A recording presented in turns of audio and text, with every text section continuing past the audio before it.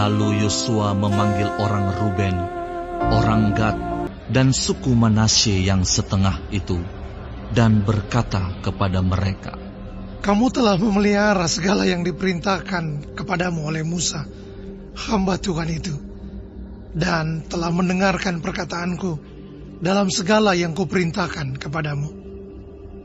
Kamu tidak meninggalkan saudara-saudaramu selama waktu ini sampai sekarang, tetapi kamu setia memelihara perintah Tuhan Allahmu kepadamu. Tetapi sekarang Tuhan Allahmu telah mengaruniakan keamanan kepada saudara-saudaramu, seperti yang dijanjikannya kepada mereka. Oleh sebab itu, pulanglah ke kemahmu, ke tanah milikmu, yang telah diberikan kepadamu oleh Musa, hamba Tuhan itu, di seberang Yordan.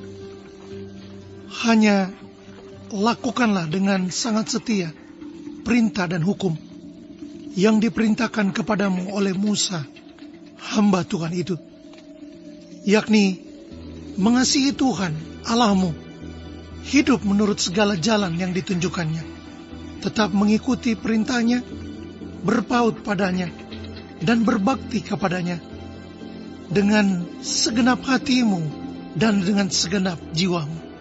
Lalu Yosua memberkati mereka dan melepas mereka pergi. Maka pulanglah mereka ke kemah mereka. Kepada suku Manasye yang setengah telah diberikan Musa bagian mereka di Basan. Kepada suku yang setengah lagi telah diberikan Yosua bagian mereka di antara saudara-saudara mereka di sebelah barat sungai Yordan. Lagipun ketika Yosua melepas mereka pergi ke kemah mereka, setelah memberkati mereka, maka ia berkata kepada mereka demikian, "Pulanglah ke kemahmu dengan kekayaan yang banyak, dan dengan sangat banyak ternak, dengan perak, emas, tembaga, besi, dan dengan pakaian yang sangat banyak. Bagilah dengan saudara-saudaramu jarahan yang dari musuhmu itu."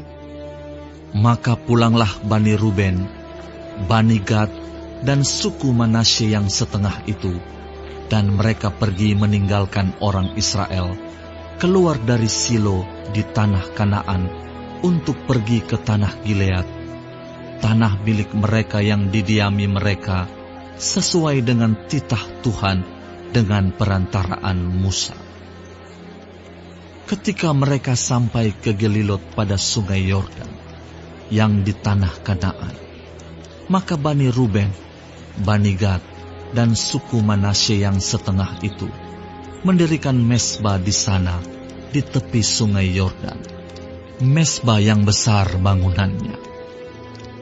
Lalu terdengarlah oleh orang Israel itu cakap orang, "Telah didirikan mezbah oleh Bani Ruben, Bani Gad, dan suku Manasye yang setengah itu.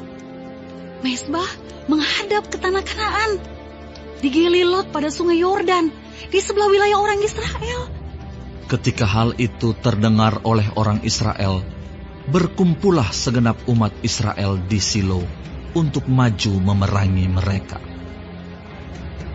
Kemudian orang Israel mengutus kepada Bani Ruben, kepada Bani Gad, dan kepada suku Manasye yang setengah itu ke tanah Gilead, Imam Pinehas bin Eleazar, dan bersama-sama dengan dia 10 pemimpin, yakni seorang pemimpin kaum keluarga sebagai wakil tiap-tiap suku Israel. Masing-masing mereka itu kepala kaum keluarganya di antara kaum-kaum orang Israel. Setelah mereka sampai kepada Bani Ruben, kepada Bani Gad, dan kepada suku Manasye yang setengah itu di tanah Gilead, berkatalah mereka kepada orang-orang itu demikian, "Beginilah kata segenap umat Tuhan. Apa macam perbuatanmu yang tidak setia ini terhadap Allah Israel, dengan sekarang berbalik daripada Tuhan dan mendirikan mezbah bagimu, dengan demikian memberontak terhadap Tuhan pada hari ini? Belum cukupkah bagi kita noda yang di Peor itu, yang daripadanya kita belum mentahirkan diri sampai hari ini, dan yang menyebabkan umat Tuhan kena tulah. Sehingga kamu berbalik pula sekarang ini membelakangi Tuhan. Jika kamu hari ini memberontak terhadap Tuhan, maka besok Ia akan murka kepada segenap umat Israel. Akan tetapi jika sekiranya tanah milikmu itu najis, marilah menyeberang ke tanah milik Tuhan, tempat kedudukan kemah suci Tuhan, dan menetaplah di tengah-tengah kami. Tetapi janganlah memberontak terhadap Tuhan, dan janganlah memberontak terhadap kami, dengan mendirikan mezbah bagimu sendiri, selain dari mezbah Tuhan Allah kita. Ketika Akan bin Zerah berubah setia dengan mengambil barang-barang yang dikhususkan, bukankah segenap umat Israel kena murka? Bukan orang itu saja yang mati karena dosanya.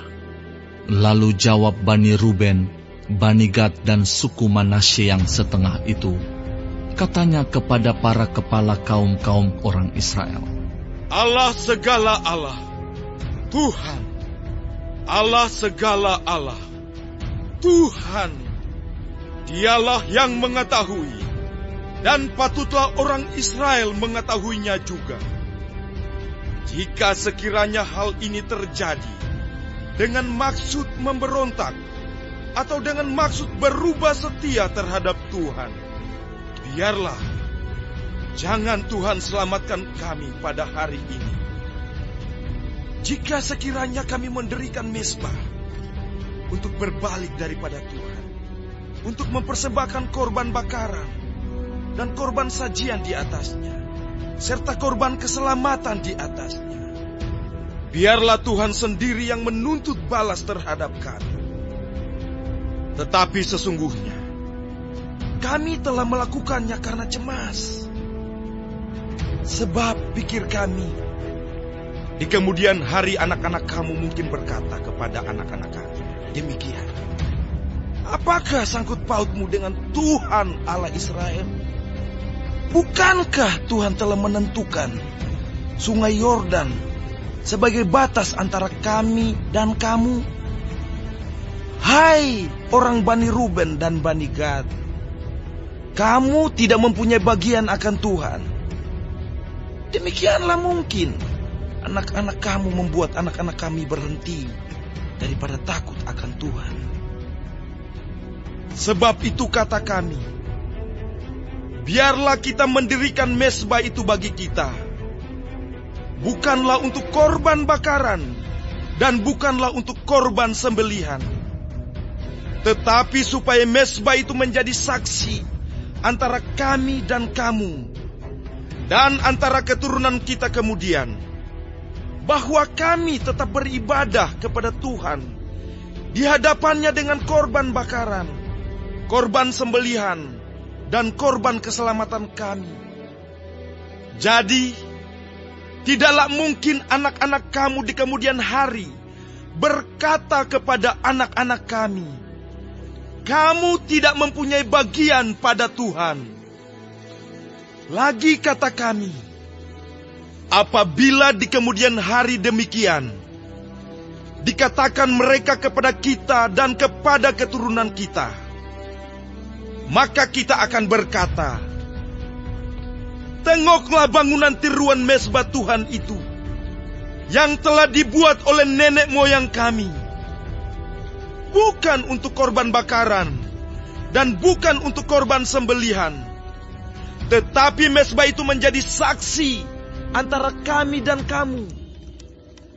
Jauhlah daripada kami untuk memberontak terhadap Tuhan dan untuk berbalik daripada Tuhan pada hari ini dengan mendirikan mezbah untuk korban bakaran, korban sajian, atau korban sembelihan. Mezbah yang bukan mezbah Tuhan Allah kita yang ada di depan kemah sucinya. Setelah Imam Pinehas dan para pemimpin umat, serta para kepala kaum-kaum orang Israel yang bersama-sama dengan dia, mendengar perkataan yang dikatakan oleh Bani Ruben, Bani Gad, dan Bani Manasye itu, maka mereka menganggap hal itu baik.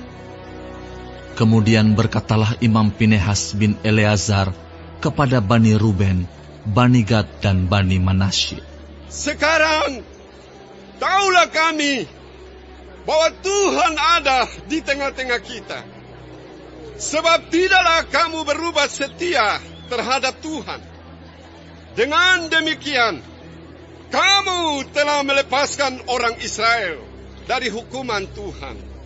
Sesudah itu, Imam Pinehas bin Eleazar serta para pemimpin itu meninggalkan Bani Ruben dan Bani Gad di tanah Gilead, pulang ke Kanaan kepada orang Israel, lalu disampaikanlah berita itu kepada mereka.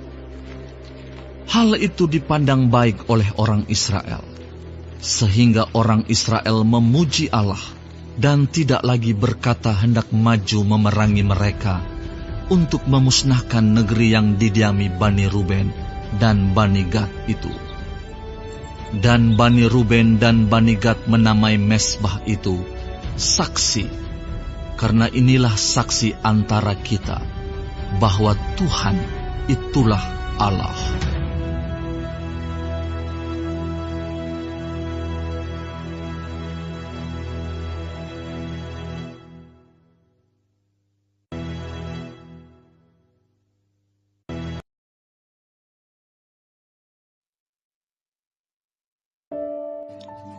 Shalom semua jemaat Tuhan, kembali kita di dalam pendalaman Alkitab Clear Sight. Sekarang kita sudah memasuki kitab Yosua 22. Tuhan Yesus memberkati. Yang pertama kita melihat di ayat 1-9, pujian dan pemulangan pasukan timur. Yosua memanggil suku Ruben, Gad, dan setengah suku Manasye, mereka yang wilayahnya berada di sebelah timur sungai Yordan. Ia memuji ketaatan mereka yang telah menolong saudara-saudaranya untuk menaklukkan Kanaan dan sekarang mengizinkan mereka pulang ke tanah warisan mereka dengan berkat. Kesetiaan dalam kerjasama umat Allah membawa sukacita dan berkat. Yang kedua, pendirian mezbah besar di tepi sungai Yordan di ayat 10-20. Dalam perjalanan pulang, mereka membangun sebuah mezbah besar dekat sungai Yordan. Suku-suku di barat mendengar berita ini dan menyangka mereka mendirikan mezbah saingan yang melanggar perintah Tuhan. Mereka segera mengirim rombongan dipimpin Imam Pinehas untuk menegur mereka, mengingatkan dosa pemberontakan seperti peristiwa Peor dan Acan. Komunikasi yang jelas penting untuk menghindari kesalahpahaman dalam komunitas iman. Yang ketiga, penjelasan dan rekonsiliasi di ayat 21-34. Suku-suku di timur menjelaskan bahwa mezbah itu bukan untuk persembahan korban, melainkan sebagai tanda kesaksian bahwa mereka tetap bagian dari umat Tuhan meski tinggal di seberang sungai Yordan. Mendengar penjelasan itu, suku-suku barat bersukacita dan memuji Tuhan. Mezbah itu dinamai saksi. Persatuan umat Tuhan terjaga ketika dialog dilakukan dengan kasih dan kerendahan hati. Kesimpulan dari pasal ini adalah yang pertama, persaudaraan dalam iman perlu dijaga melalui komunikasi yang terbuka dan kasih. Yang kedua, kesalahpahaman bisa merusak persatuan, tetapi dapat diatasi dengan kerendahan hati dan pemeriksaan bersama di hadapan Tuhan. Yang ketiga, mezbah sebagai saksi mengingatkan bahwa penyembahan sejati hanya kepada Tuhan, bukan kepada simbol. Yosua 22 ini mengingatkan kita, menegaskan bahwa kesatuan umat Allah sangat berharga. Saat terjadi kesalahpahaman, carilah dialog dengan hati yang mau mendengar dan memaafkan. Tuhan rindu umatnya bersatu dalam ibadah yang murni. Dalam setiap relasi, biarlah kasih dan pengertian memimpin, sehingga kita tetap menjadi satu tubuh yang memuliakannya. Amin. Tuhan Yesus memberkati.